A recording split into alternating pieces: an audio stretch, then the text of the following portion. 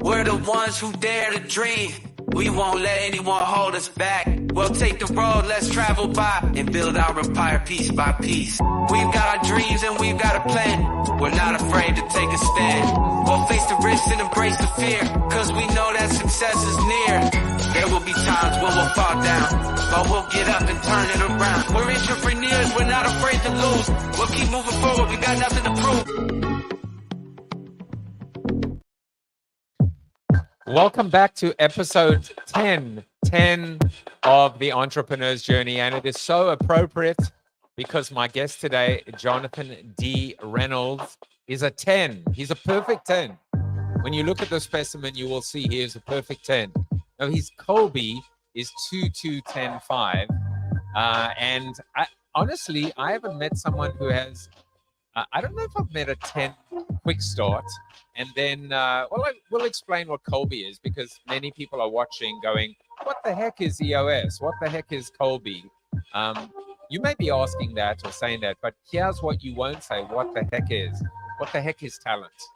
What the heck are people? What the heck is the ability to recognize without your people, you are nothing. You have nothing. You can do nothing. Absolutely nothing. The internal customer unlocks that external customer. And in fact, you know, I've been starting off every episode with a quote. Jonathan, I quote myself, which I know is the first step to full-blown narcissism. I guess that means I can run for president. No, I actually can't, because I wasn't born here. I was born in Hawaii. No, I don't know where I was born. I'm a student of the world. This is the quote that I wanted to share with you today. We simply must shift to a retention mindset for both customers and employees. Our very survival depends on it. You know, throughout my life, I've experienced the idea of employment, whether I've been an employee or an employer, from an acquisition versus a retention mindset. If we use existing customers to gain new ones, which came from Flip the Funnel, then what are we doing with our employees? How are we using our existing employees to get new ones or to do other things with them? When we think about the training, when we think about the investment of time, of technology, of training, of emotional investment and equity, what are we doing to maximize not just engagement, input, output, outcome, but recognize this not so secret and not so silent special power, superpower, our people? Well, you don't have to hear what I have to say about it, because we've got the Titan himself coming on soon. More on that shortly. You know, I have a lot of fun here, Jonathan, using AI, which ironically, by the way, is the very thing that we might be talking about when we talk about automation, etc. But just as a quick benchmark, I start every episode with my why statement. As a teacher, facilitator, and coach, I help high aspiring entrepreneurs, owners, and their leadership teams get unstuck, return to growth, and become forever changed. Jonathan was asking me, why did I become a coach? And part of the answer is, I think, in that why statement. The entrepreneurial operating system, if you want to hear more about how to get the most out of your business, how to get what you want from your growing business, you can use one of those QR codes, take the organizational checkup, or just start reading a book now that is, I guess, been downloaded, bought, sold, exchanged, gifted almost 2 million times in the world. Maybe it's just one person who read it 2 million times. I don't know. I've also been lucky with this show where, you know, it is episode number 10, but starting to bring on coaches and even, and not even, and especially entrepreneurs, clients, the people that we serve. This was episode number 9. Tom Sanseverino, who is the CEO and visionary of Camsan Electrical Contractors. And, you know, I'm about to bring on another CEO and visionary. But something that I've actually realized is this show is called The Entrepreneur's Journey. And it is really all about Joseph Campbell's hero's journey. We are all heroes of our own journey. But it kind of dawned me that we're actually not just heroes of our journey. We are superheroes. And to be an entrepreneur is to be a superhero. So I think from now on, when I introduce my guest, I'm just going to create some kind of a superhuman image. And this is what I think of when I think of Jonathan D. Reynolds. Here he is. I don't think of Titus. I think of Titan. He is a titan of industry. He's a titan of Titus, if you will. But this is the superpower, the superhuman, the superman that is Jonathan Reynolds. He's the CEO of Titus Talent Strategies, an organization changing the way companies hire talent. Under Jonathan's leadership, Titus has partnered with over 1,500 companies worldwide and made the Inc. 5,000 list 4 years in a row. Approaching his role more as an innovator than merely an executive, Jonathan and his team pioneered a bold methodology that they are willing to back up their work with a money-back guarantee, which is the same thing we have at EOS. Jonathan's confidence in his approach is rooted in a career spent in talent acquisition. For over 20 years, he is centered on putting the right people in the right positions. Originally from the UK, Jonathan has lived in America since 1998. Today, he lives and works in Illinois, and he doesn't even have a shred of an English accent anymore. Jonathan, welcome to the show. I was just trying to screen grab that beastly warrior-like picture that you've created with AI. I'm like, I need this. This is awesome. Let me give you this one. There you go. You've got you know, I can actually, there you go. Oh man, that's good. You know, I can actually send this to you afterwards if you like. You have that kind of capability. It's amazing. I have this new thing called electronic mail, which I shortened to email. So okay, You're hilarious. I love it. You know, I have a question for you. You. Look, my wife did not marry me for my looks, I can tell you that. So, Jonathan, the first thing that kind of struck me in your bio is this idea of regarding yourself as an innovator, then more so than an executive. Just tell me a little bit more of what that means. It's probably just some kind of a word that ChatGPT came up with. I think I'm more of a plagiarizer than anything else. I said to somebody yesterday, they're like, wow, your brain just doesn't stop. And I'm like, well, I just take other people's stuff and play around with it and try to make it better. But yeah, it's all work and no plagiarism makes for a very boring world, I think, you know. I'm not buying this. I'm not buying this for a second. But okay, but I'm sure you've heard of, I think it's Austin Kleon wrote a book called Steal Like an Actor, or Steal Like a, he talks all about stealing, like the ability to steal like a star. I don't know, find it. Where's ChatGPT when you need one? But what do you think of this concept of actually derivative creativity versus originality? You know, there's always this, I've always battled with this continuum, which is, you know, there are those who say there are no new ideas, like everything is just a derivative or a play on something that has come before. And then Walt Disney said, if you can dream it, you can do it, which is maybe we can create and invent the future and a better world. Yeah, I mean, I think there are some incredible minds out there that are so visionary and futuristic. I mean, you look at like an Elon Musk or something like that. You're like hearing him talking about, well, we must do this because the 500 years in the future require us to do these things. And you're like, what?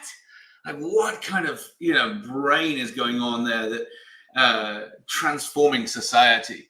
I love that quote that says, society grows where men plant trees that they know they will never sit in the shade of. Like, whoa, you know, to have vision that goes beyond the generations that you'll ever see. I think that is like, I want to be around those people. Give me some of that. But to give me some of that nature of leaders and visionaries, wanting being around other leaders and visionaries who challenge them, inspire them, I guess in the same way that stand-up comedians spend a lot of time with other stand-up comedians, because it gets their creative juices going and they can riff off of one another. I love being around big visionary people, and not because I can sit in my room and just come up with new ideas on my own. I love riffing with other people on that. So in some ways I'm well, I used to call myself, when I was a solo, starting my own kind of own business here, that's a story of itself. But I used to call myself a talent thief. And I'd stand up in these CEO peer advisory groups and be speaking to them, and I'd introduce myself as a talent thief, and people say, well, no one trusts a thief, and I'm like, oh shoot, shouldn't call myself a thief then. But in the space of hiring, engagement, retention, development, like bringing and surrounding yourself with phenomenal talent and amazing gifted and skilled people, really they've developed those most of the time somewhere else, and then we're not rarely everybody on our team, their first career, they've come from somewhere else. So we are borrowing other people's talent and where they've learned and grown from somewhere else. We're utilizing all of that experience. We love people who've come from great companies, and we get to borrow and utilize what they've learned there. So I think in some ways we're all doing that all the time, being around people, hearing what they know, what they've learned, how they've grown. So yeah. Well, you are going to be relieved to know that we have updated your bio. Jonathan Reynolds, CEO Visionary, Talent Thief, Titus Talent Strategies. It's what happens when literally I have a production team of 25 invisible people in this room. It's amazing on my budget. I love it, actually. I love Talent Thief. And in a way, if you so let's look at now, there's a positive and a negative association of what typically happens when someone moves from one company to another. The negative is they typically kind of like fire, or this is in the bigger companies, right? They kind of the fruit of the poison tree. And typically what they do, if they don't bring in the people that they worked with at their previous company, they certainly hire some of the vendors or consultants or partners that they worked with before. That is being a thief, but it's like kind of, I don't know, Robin Hood. It's a good thief. It's like Dexter. He was a good serial killer. I've just now taken serial killing and I've meshed it in the world of recruitment and talent. I don't know how LinkedIn lets you do this live without any filter. No, I think we've just been kicked off LinkedIn. I just noticed. So many people are triggered and just dropped off. or we've just gone viral. But I mean, there is that ability, and so talk a little bit about what's underlying that, right? Why do we tend to bring in people we've worked with before? Like I mean, I know it's a softball question. We both totally. But I think people out there need to hear it. Trust, right? Trust. You want to work with people that you love. That word? No. You want to work with people that you like working with, or people that you love, as the EOS would say, and that you trust. And so I think that's why people and companies will often say we promote from within. I think when we promote somebody from within, usually they've not done that job that they're being promoted into before. And I think it's kind of obvious. Like, we promote somebody, we go, because I believe, based on their past and how they've crushed it on everything we've given them, that this next step, this promotion, will be good for us and good for them. And we know them, and we know that they live our core values, or they fit our culture, etc. And the funny thing is that when we hire somebody from outside the company, we use a different criteria. So we suddenly want somebody who's done the job for 5 to 7 years. Isn't that funny? Like, promote somebody who's not done the job before, or they've not done the job in this way, or they've not led a team before, or they've not managed in this way. But if we go outside the company, we want somebody who's got years of experience already doing exactly the same job.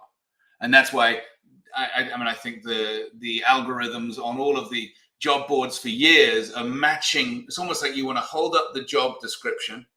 It includes a laundry list of duties and years of experience and qualifications and criteria and education. And we hold that up and match it with a resume or a CV and say, oh my gosh, we have a 97% match. Because it's a match on all of those keywords, now this person is way lower risk if we were to hire them, and we trust them more because of a keyword match.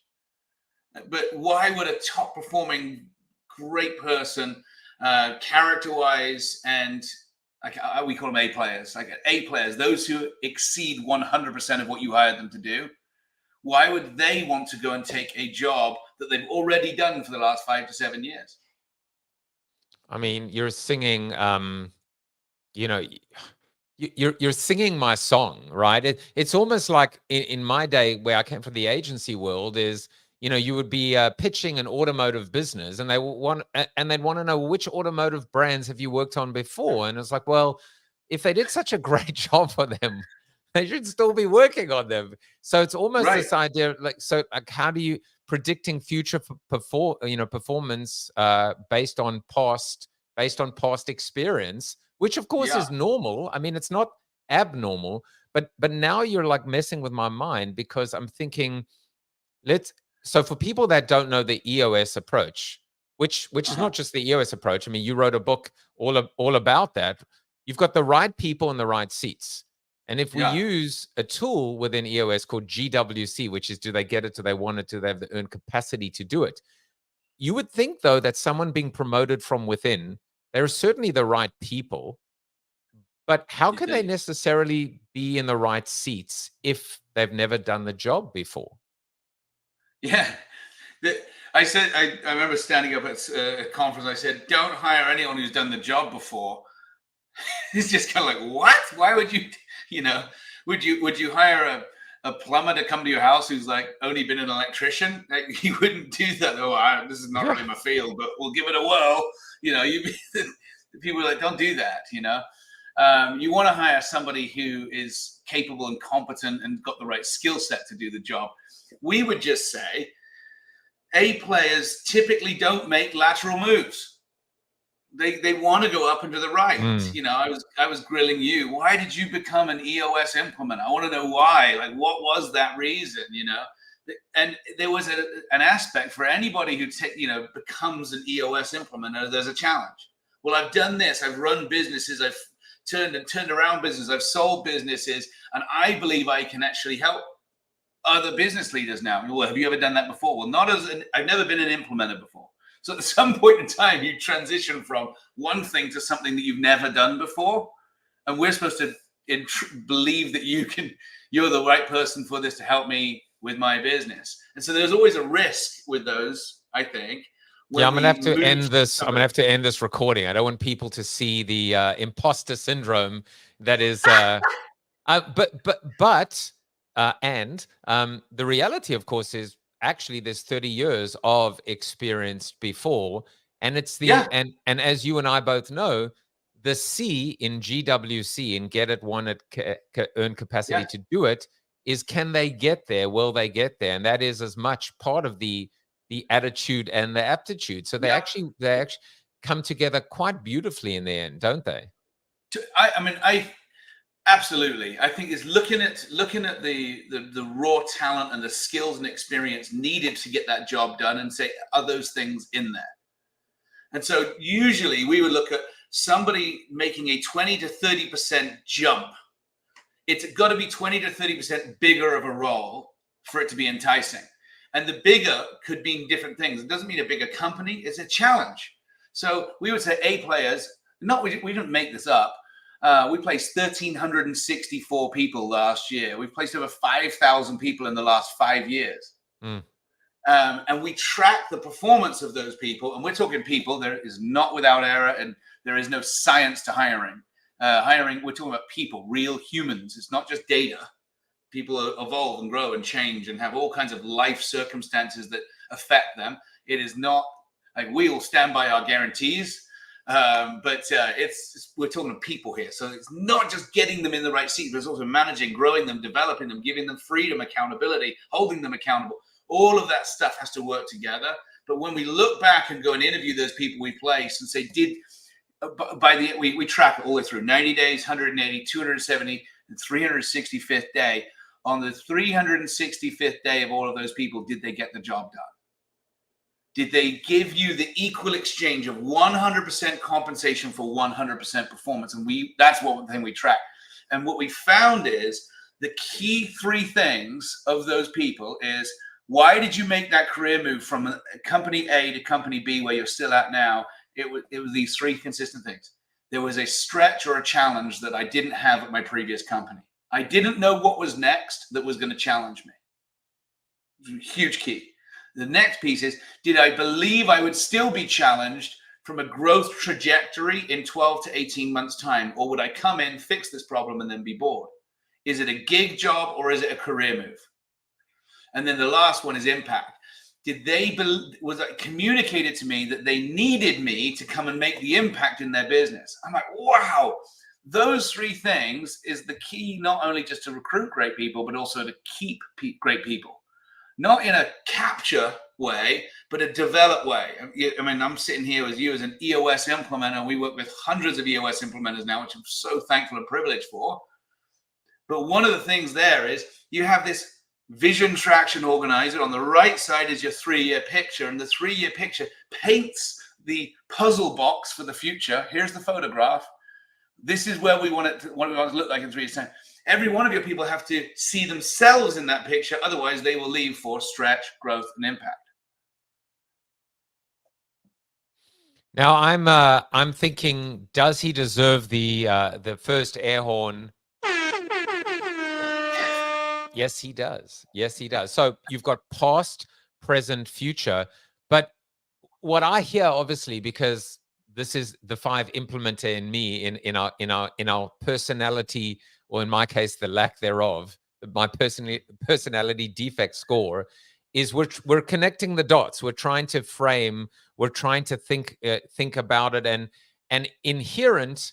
And I think in my answer to you initially, even backstage in the green room, because we have a green room here with this budget, there are answers to questions that ultimately check boxes of that align with core values.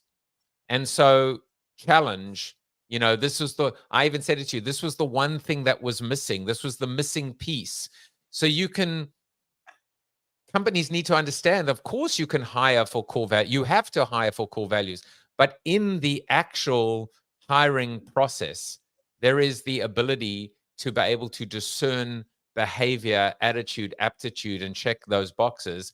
And it's just so important. And by the way, the one thing we did discuss in the background is Jonathan was like, you don't seem like someone that follows the formula, the playbook. So how do you kind of, customize and personalize without becoming impure? That's a word that we use a lot. And I just realized, Jonathan, this show is that. This show is the answer.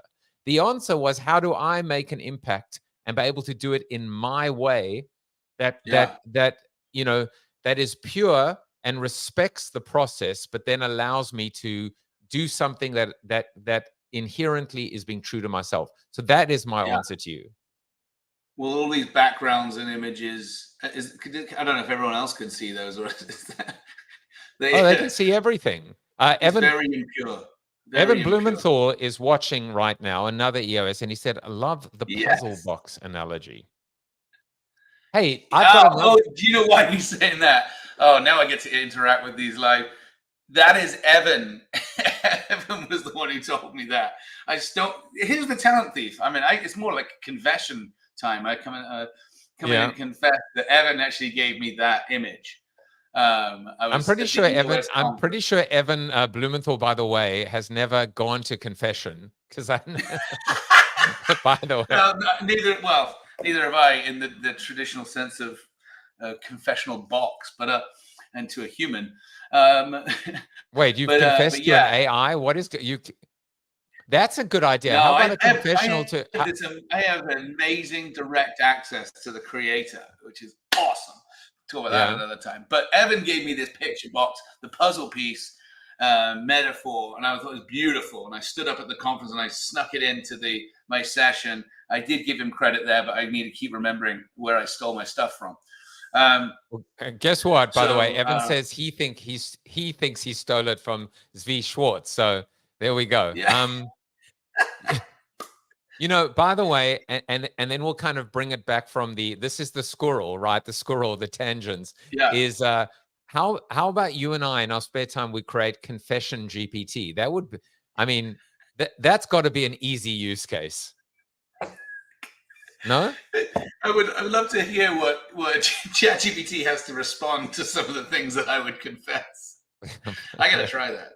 Yeah. Anyway, speaking of images as well, I got one more for you, but a couple of interesting stories about you that I thought were, because this is as much about eulogy virtues as it is resume virtues. This is amazing. Your parents actually self-implemented EOS in their consulting firm because there are no implementers in Afghanistan. Hello. So true. Yeah, It's true. you just didn't look My, hard enough. I'm sure there is no. I don't think if there. there are any, Evan, are you ready to move? Can I interact with implementers? Hey, there is just blue ocean out there. There's not one implementer certified in Afghanistan. So there you go. Get out there. People are hungry for it. And so my parents are self-implemented EOS and self-implementing it with others, and nobody's there to stop them. Come on, EOS Worldwide. So what were they doing there, though? They've been there. They are citizens. They have a great vision to bring transformation and restoration to lots of things there. So yeah. Wonderful. Well, look, if they're looking, it's been a lean quarter. So if they're looking for a coach, I believe Evan Blumenthal is available. So, now there's another one. There's another interesting case. In this case, you were almost detained at the Canadian border this week. You were detained, almost arrested. We actually have a photo, by the way. We managed to actually hack the CCTV. And here we have you. You're smiling. I don't know why you're so happy, and it's apparently snowing there. But what the hell was happening, Mr. Reynolds? Well, it's probably because I was dressed up as a customs and immigration officer in that picture. Impersonating. Why does ChatGPT make me so much bigger than I am in real life? That's offensive. We should talk about that. You are large. You are larger than life. That's why. Yeah, that's good. Yeah, I was temporarily detained. Yeah. Do I have to? Is this? Do I have to explain this or no? I went to a We Run on EOS event to help out in Windsor, Ontario, and give some testimonies there and rally it. But yeah, it was. I did get held there in the middle of the night for about an hour and a half. It was rough. All right, we will not ask what happened, but needless to say, you entered the danger. You let go of the vine, and you were open and honest, maybe too open and honest. But anyway, we're glad they let you out. The world needs you as a free man. How about that? Yeah, there you go. It was, yes. I think I'm not going to. I don't need to divulge everything on here. No, so we'll get back. The theme of the entrepreneur's journey is to be able to really celebrate different squiggly lines, different paths. As I was saying earlier, we're all the heroes of our journey. And in some cases, maybe if we're entrepreneurs, the superheroes. Love to hear your story, Jonathan. What's your unique story that brought you here, not just as an entrepreneur and the entrepreneurial spirit, but actually serving other entrepreneurs? Yeah. I think from a very early age. I mean, you just mentioned my parents in Afghanistan. They're not sort of traditional, career path, stay inside the lines type people. They're like, what if we did this? What if we did this? What if we went and changed the world over here? So I grew up with that, youngest of 5 kids, and all of my siblings kind of went to the 4 corners of the earth to make an impact, and wanted to change the world in some way, which I know those phrase like we want to change the world. It's kind of like, wow, okay. But whatever part of the world you're in, making an impact. Every room you're in, make it a better place, change the environment and make it more positive. How do you leave everywhere you've been better? How do you leave every individual you interact with in a better place with a smile on their face? That's the DNA, the culture of my family growing up. And coming from the worldview as well, which I'm really, really thankful for my parents investing those things in there. The entrepreneurial sort of spirit, or the what if we could serve these people in a way and create a win-win and provide healthy incomes as well, and then coming to the point where how do you generate wealth to make an impact, and how do we act as a funnel and a conduit of wealth. And so we've now that we're Titus is a for-profit, for-good organization. So we use our resources to do good, and that's where it comes from, my own upbringing. And I'm really thankful for our 165 plus team members in 30 different states who buy into that. They buy into the fact that we want to generate wealth to do good. So for profit, for good. But from an early age, I always found myself like, oh, I could buy this. I remember as a little sort of 10-year-old kid going, oh, I bought a little toy at the toy shop down the road and took that to school, and other kids going, that's cool, I want one of those. And I'm like, I'll get you one. And so I go down to the toy shop and buy them in bulk and come and sell them at school and make a profit. I'm like, yeah, I like this. So that was in their early days, early ages. But fast forward to today, I remember joining a company. It was an accounting and finance consultancy and staff augmentation company. This is 15 years back. And it was hired by the founder and president to launch a recruiting division. That's not what they did. And that's where we started. And it took on a life of its own, a little subculture of its own. And I needed some help, as my boss's boss said, the founder, he needs scaffolding around him. He sat me down. He said, I've been advised to read this book with you called Traction. And so we started reading it together. I still haven't finished it. But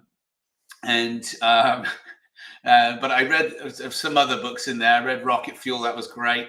But I'm like, okay, good. You haven't finished it? You haven't No, finished I never read it. I'll tell you how it ends. The butler did it. Oh, wait. I've just spoiled it. Damn it. Ruined it. Ruined I had it on my Audible, but I'm not going to do it now. It ends well. It ends well for anyone that follows the process and stays pure to it. How about that? That's how it ends. Oh, now you're checking all the boxes. Yeah, now I'm trying to get myself out of trouble. It's too late. It's too late.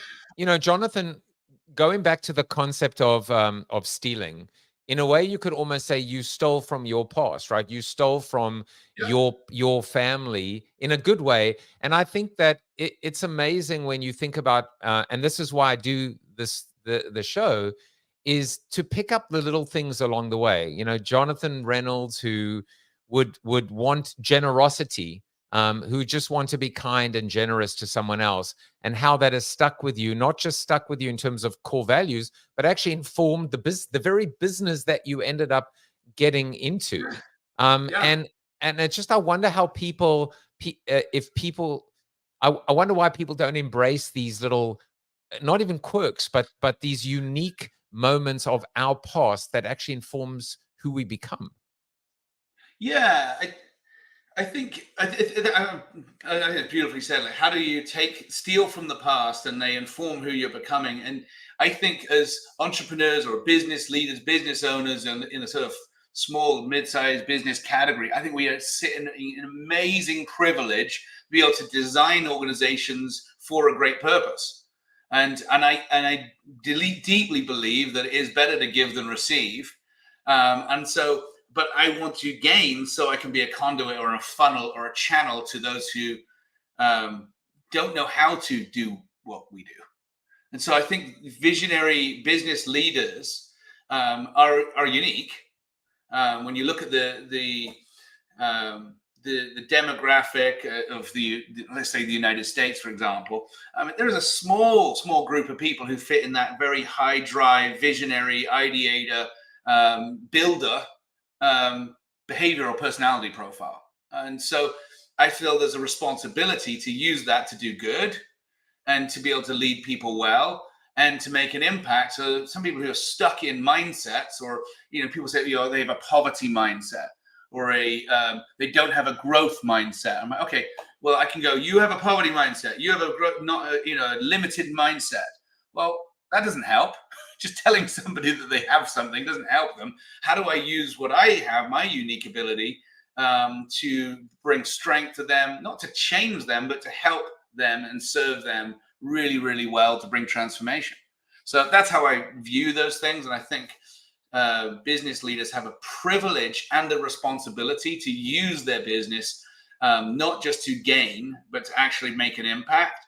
I remember, I spent last year, most of my do a lot of keynotes, and most of my speaking was on that topic. How do you use generosity as a strategic tool to grow your business and retain great talent and great people? And I believe it's a business strategy, even if you don't believe in generosity. I just believe it's good. It's a good practice. So I'm gonna build on that. I love what you just said. I had Dr. Mario Martinez on my other show, and he wrote a book called The Mind Body Code, and he spoke about 4 core values that are anti-inflammatory. He did a study on healthy centenarians, not just in the blue zones. And so the 4 were generosity, admiration, curiosity, and gratitude. Those were the 4. Yeah. Generosity actually is an anti-inflammatory. And so individually, if you exhibit these values, and then of course I asked him, what about companies that exhibit these core values? And he said, that's where he's studying now. That's actually, they're trying to put ages on companies now based on core values. But yeah, I mean, generosity, it's not just good business sense, it's common sense, and it will actually lead to you living a longer and a healthier life. Oh, I mean, yes. I mean, that's what I grew up with, kind of from a Judeo-Christian worldview, and where it came from. This piece right at the beginning, a commandment of generosity. I'm like, oh, wow. So I've lived my whole life that way, but now I've gone to another realm of that, saying, how do you live in abundant generosity and not greed?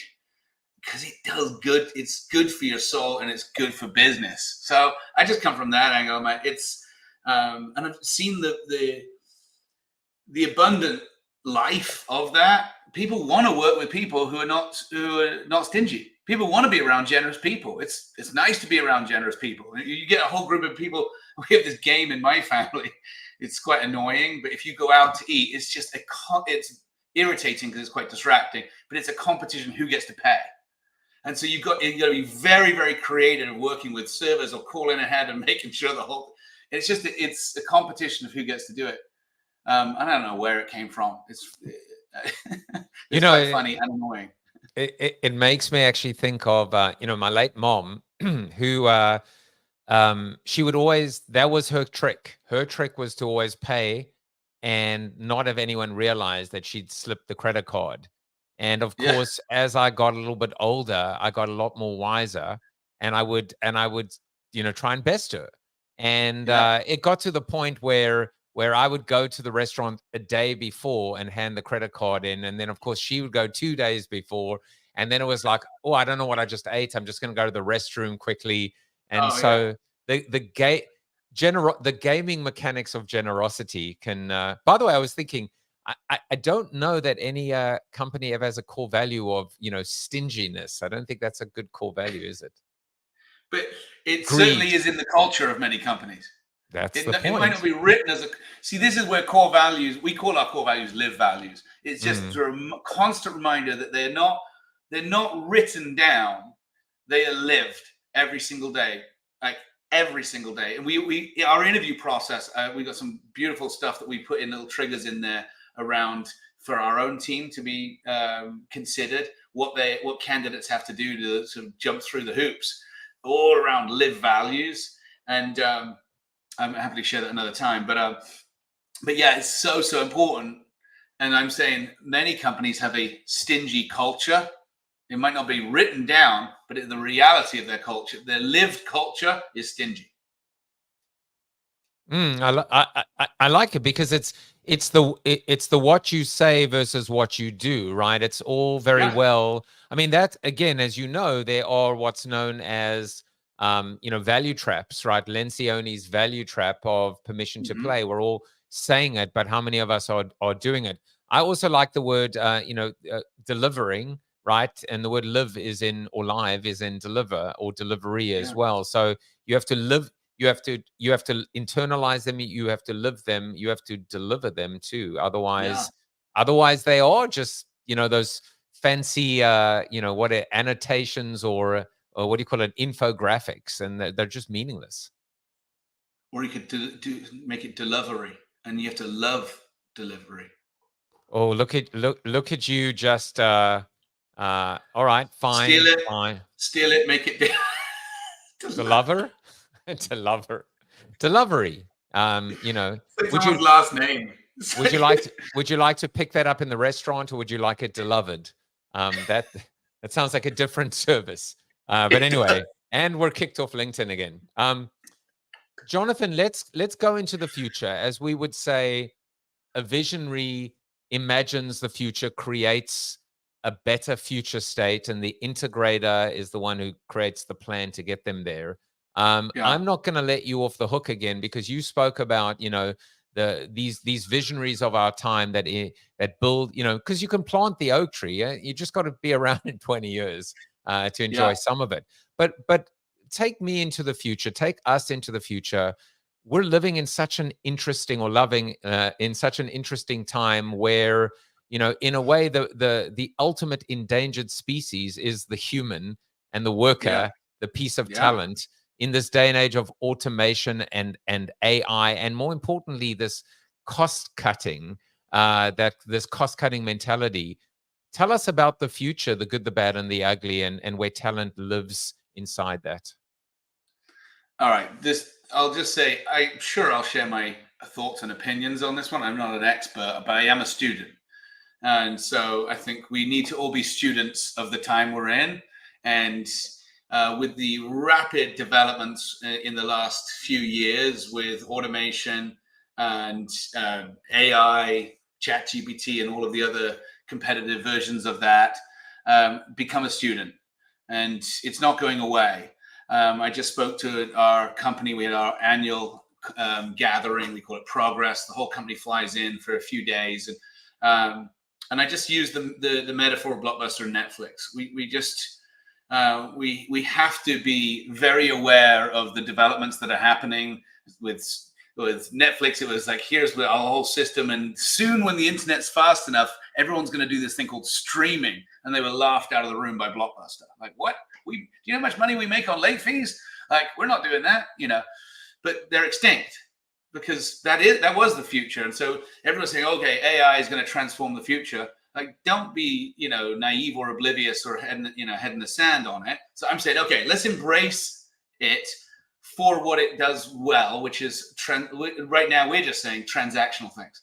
Anything that's transactional and can be automated will be, but simultaneously we need to relentlessly hold on to real, authentic relationships. And so we are doubling down on our relationships as a company with one another, like doing what you love with people you love. We're really, really investing in one another. And then we're investing in the one another of our partners. So like you said at the beginning of the show, we have about 1,500 clients, customers, we call them partners. So we're really investing in those to shift from anything that's transactional that can be automated to relentlessly relational. So our long-term partners, we're investing a lot more in the relationship and peeling back any of the transactional parts. Like, we used to have a billable model, our pricing structure. We're shifting that. We're shifting it to give way more space for relationships, way more space for loads more added value and no cost for our long-term partners. The transactional stuff, a lot of that can be automated. And so in the talent acquisition and talent development and talent retention space, there's a load of things that are going on. We're investing in a lot to do with AI and automation. And I do believe that we need to embrace it. But I think it's dangerous when we try and automate the relationship. In the same way that we get really frustrated, you know, I want to speak to somebody here. I want to speak to somebody in my country. I want to speak to somebody who understands me. Is this a bot? Are you pretending? And I got a message from, I mean, you probably get them, everyone gets them all day, emails and through social media. And, you know, clearly it's a bot. They've misread the situation. But the generative nature of AI and the developments there is learning so fast.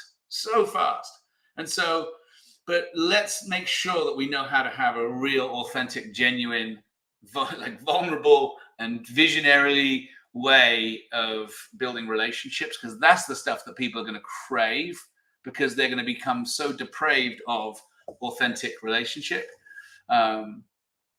So yeah, that's what I believe, and we are doubling down, tripling down on really. I mean, I think our people are phenomenal, and they do know how to build authentic relationships. But bridging that with our partners as well. It's not just business. It is we get to be picky at the companies we want to work with, and we want to work with people that we like and that we can actually make an impact with. And it happens through relationship, not just matching keywords on resumes and algorithms. I mean, that's just not how candidates want to interact. There's a huge rejection that are going on right now with companies saying, we can automate all of your hiring process. The candidates do not like that. I'm not making a major life decision. One of the top 3 stresses in life, death in the family, moving house, and moving jobs or careers. I'm not making that level decision interacting with a bot. I'm not doing it. I want to know who I'll be working with. So anyway. Look out for Jonathan Reynolds' new book called An Algorithm Made in Heaven.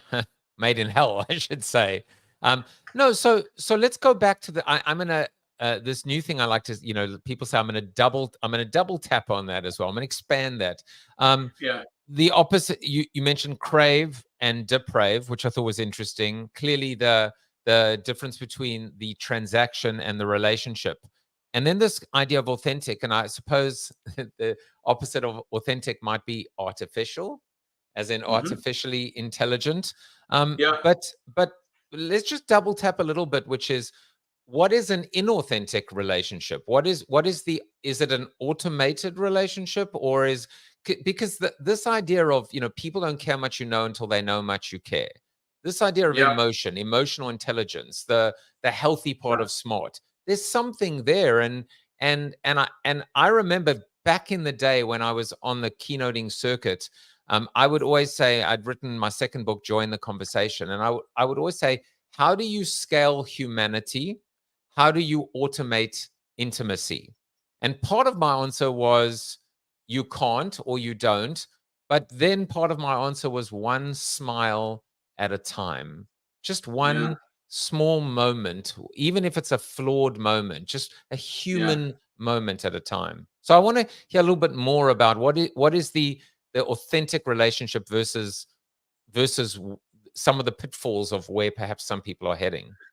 Yeah, I personally wrestle with this one. I think there's a life which is a kind of a social media persona, especially when we do certain things to gain something, right? We go, okay, if you do this, this, and this, then you'll get more clients. If you do this, this, and this, this is how you do it. For me, it's like, well, you need to write a book. Why don't I want to write a book? I didn't even graduate high school. I'm not going to write a book, well, you need to write down your process. I'm like, okay, all right. So I'll write a book. It's not even my process. It's our team. Like I'm not a process guy. Like I believe things. They created processes. So then I write a book. And you need a podcast. You have a podcast. You should do this. You need to post more often. You need to put, so you do these things like, well, how do I know if it's working or not? Well, you'll get lots of likes and clicks and comments. And if you do this out, it can, for me, can feel really like means to an end. So I'm using all of those things. That's how I wrestle with that.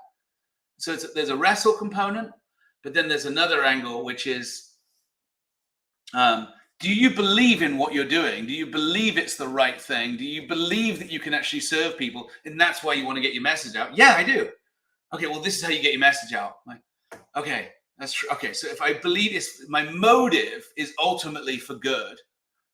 So then it comes down to motive to me. And I'm like, okay, now I can settle in it as well. My motive in it. So it's not like, well, what's my motive for taking my wife out on a date? What is my motive for sending her a text that I've been thinking about her? Well, I want her to know that she's loved by me. That's what I want to show priority. It's not so I can get something. It's not like, well, if I do this, this, and this, then that's what I'll get, But there is certainly if I don't do this, then I won't get. Like, yeah, I understand. It's how you show relationship and you show genuine care to people. There are things that we should do, and it's good to do and healthy to do, invest in relationships.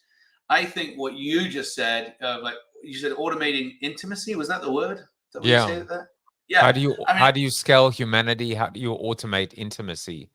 And the answer is you don't. I'm going to give an example. This wasn't inauthentic, I don't believe. I stood in front of the whole company every Friday. We do this on Zoom. 100% of our team are there, and I say, we're going to take the last 15 minutes of our time together, go off the Zoom, and just think about who, maybe people on our team, maybe our clients, partners, people that we're in relationship with. Just pause and just send them a video of you, just FaceTime or through social media. Let them know you're thinking about them and how and why you appreciate them. And I said, I don't think AI, well, actually AI can do that, but it's this, like, it's not just a bunch of outbound messages that are set to generate responses. Just thank them, just pause to appreciate. But that's a process and a training ourselves to be thankful. Like, we train ourselves to say thank you to people, and we learn a habit of that and actually pausing to appreciate. I think that puts the authentic intelligence together versus the artificial, and just showing genuine care and appreciation and bringing people on a journey of authenticity. And I think even just going to layers of vulnerability as well. I was thinking the other day, like, what is the question that you could ask AI that would determine that they're AI and not a human? I was like, trying to figure it out. I was like, anyway, I was like, how do you feel about the last meal you ate with somebody? I'm like, is that a good catch? Like, how did you feel about the last meal you ate with somebody, and who was it? I'm like, now AI has to lie, and they don't know those things. So I'm like, but I don't know if there's an actual test for it. But I was just thinking about how do I know if I'm talking to a bot or not? You realize what you're describing is the ultimate, the prisoner's dilemma, right? It's the AI's dilemma. It's like, well, how do I know you're telling the truth? Well, it almost seems like we're in The Princess Bride, right? Which is if I, well, if I was a human, then I would tell you that I wasn't a human, right? That's the AI that goes, no, AI will never replace humans. Wink, Yeah, exactly. Exactly. But yeah, I do put a lot of thought into that. I mean, just for me personally, I want to live authentically, and I squirm at things that are kind of do this, and then you get this. I don't. That's where I just don't. I don't like that. So I have a funny story, actually a very real story. While you were getting arrested in Canada, I was in Tampa. I could have been arrested there too. But I was in one of our EOS sessions, and I got called out for purity. And so I didn't understand. I was like, why am I being called out? So I had said that at the start of one of my sessions, I decided that I would take an article that Gino had written and hand it out, about being a strong leadership team. And so I just took the article and I handed it out. Said, I was thinking of you guys, and I wanted you to have or at least I've got a new one for you. It's called not thinking about them, but thanking about them. I was thanking about you. Just wanted to thank you. That's cool. I like that. So they pay me by the algorithm, by the acronym, and so they said, yeah, but they said, but you put that into your process. And I'm like, no, I just handed it out. They go, well, do you do that now for every client? I said, sure. Like at the start of the quarterly, I hand them and I go, here's just an article that you might be interested in. And so apparently they said, well, purity, or being impure in the sense, is when you insert something that is not in the guide as a standard, as the norm. Whereas if you improvise and jazz and scat and and demonstrate the improv or the agility, but on an as needed basis, by then coloring in outside the lines, that is different. And in fact, they said purity, and it blew my mind, because I like that. I like the fact that no two relationships, humans, Jonathan, no two pieces of beautiful talent that we call humans are the same. And so if we have our guidelines and our guardrails that allow us to create a frame and then operate liberally inside the frame by being able to be responsive and empathetic. That to me is the authentic relationship in Yeah. how I internalize it. Yeah, I like that. That's good. But I mean, and I think there's a part of my wiring is like, who made that rule? Like, anytime there's a rule, I'm like, who made that rule and who gave them the authority to make that rule? Well, the Like, answer why is that? the answer is God or Yeah. Gino. No, I don't know. But But I do. I'm like, well, and why did they create that rule? Was this to like, what was the purpose? I want to know why. And if I understand why, then I'm like, okay, good. I can frame it. But I'm such a like antagonistic, like, well, who did that? Why did it? But the reason I want to ask why is there a better way? Is that a rule that was created 50 years ago that doesn't make sense today? There's so many laws like that. If you Google funny laws that were created hundreds of years ago that they still are in existence today, and you're like, what? Now, thankfully, we're not enforcing those most of the time. wait, are we talking about the Second Amendment again? No. No, I was talking about the rule in Canada. That reason they put, Now, I'm like, why is that? But don't argue with them at the immigration and customs. It's not good. But I mean, but yeah, and that's the implement in us, right? That's the 5 in us, which is we're both the same way, But it's that great quote, which is often attributed to RFK. There are those who see things and ask why, and then there are those who see things that could be and ask why not. And that is the essence of what it is to be a visionary. It really is. Yeah. Well, that's great. But I think that, like, how do we, just looking at everything, how do we enhance and grow in our relationships? Like, who are the most important relationships to me, and what am I doing to grow in those? We talk about having goals and rocks and all this kind of stuff, but actually understanding like the relationships that we have in our life and how are we investing in them and how are we growing them? What's the best way to do that? How can I show you? I often talk to my wife, how am I showing you how important you are to me? Do you feel that you're the most important person in my life? Well, it doesn't matter what I say. Do you feel it? And so, like, how do you feel valued by us? Like, how do I make my customers feel that they're important to us? Well, I can let them know. Right. I can show them. I can tell them. And of course, it's not for everyone. Some people aren't motivated or driven by freedom and flexibility and given the space. Some people want to be led and maybe not overmanaged or micromanaged, but certainly being told what to do. And it was one of my biggest failings as a leader as an entrepreneur myself, which is I would give too little direction. I was so fearful of giving too much that I gave too little, and people just left stranded and floundering. Yeah. Or I just hired the wrong people. Well, I think that's giving clear expectations. Like, if you have expectations, you better make them clear and make them quantifiable. If you don't have a vision, a clear vision of what you want and expect, then the ambiguity is, unmet expectations, a pre-planned disappointment, right? I think this sense of like making it really clear.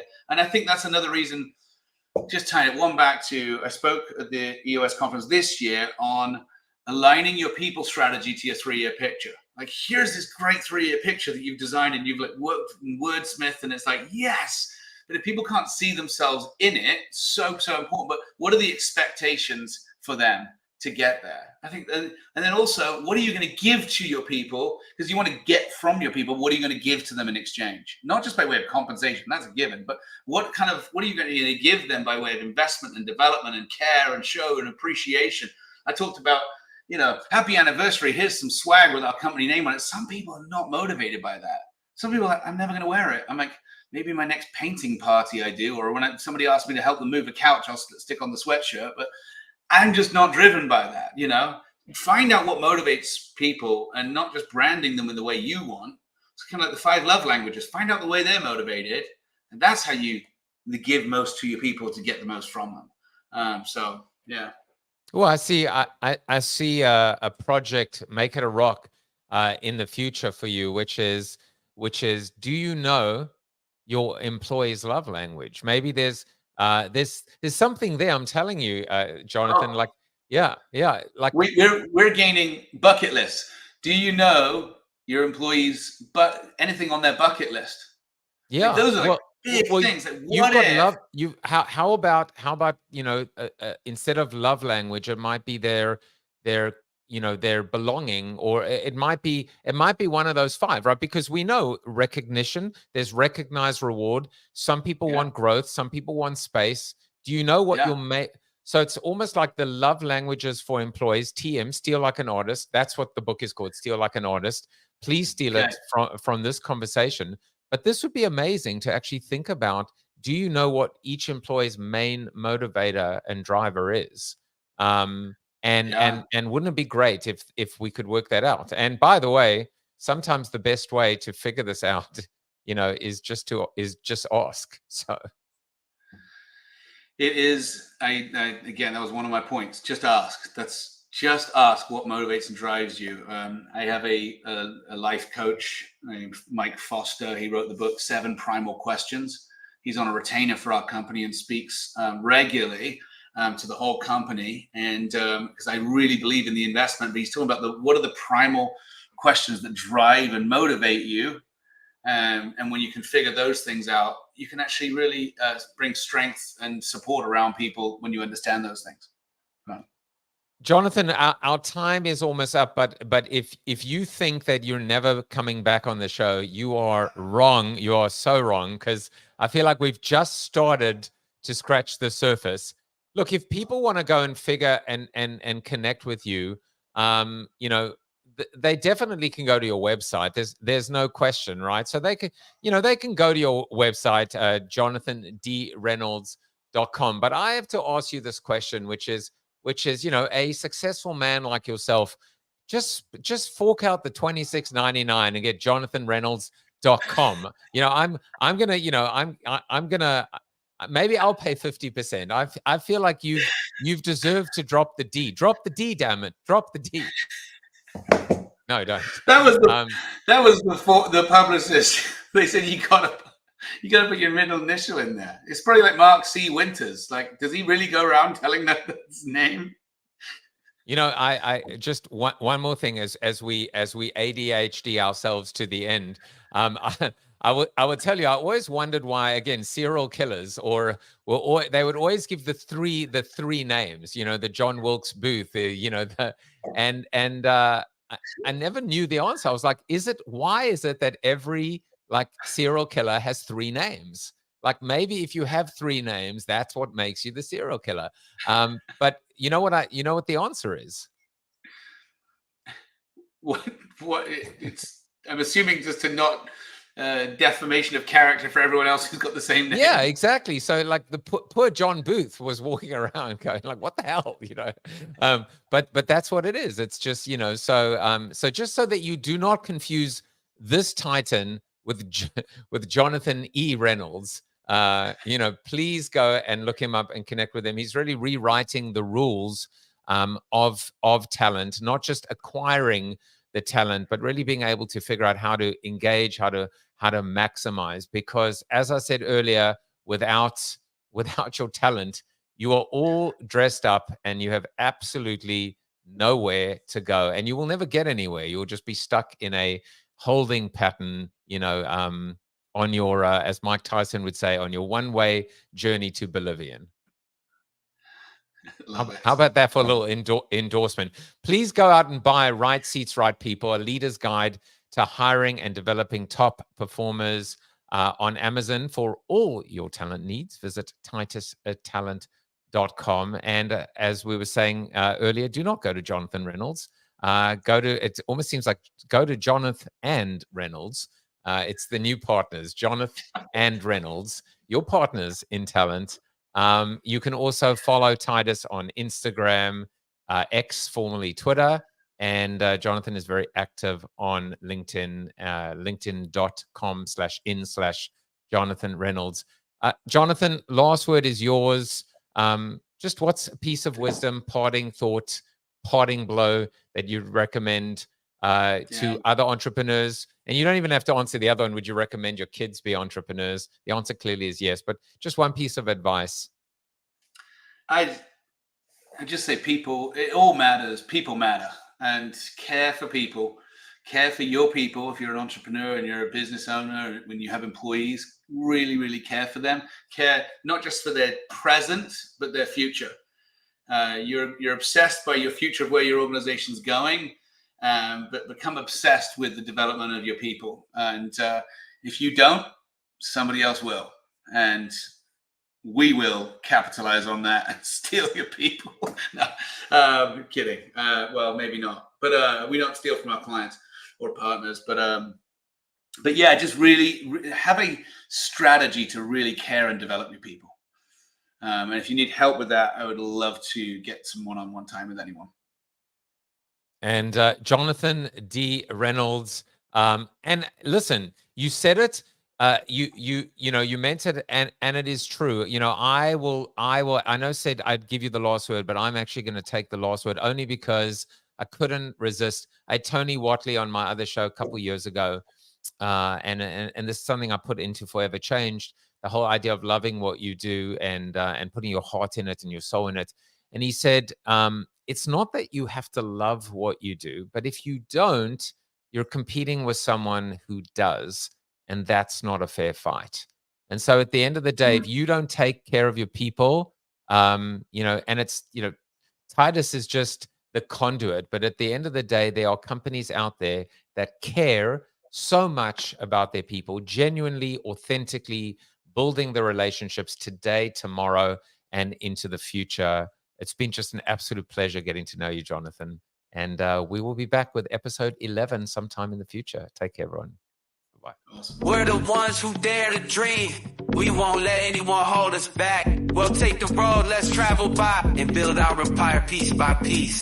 We've got our dreams and we've got a plan. We're not afraid to take a stand.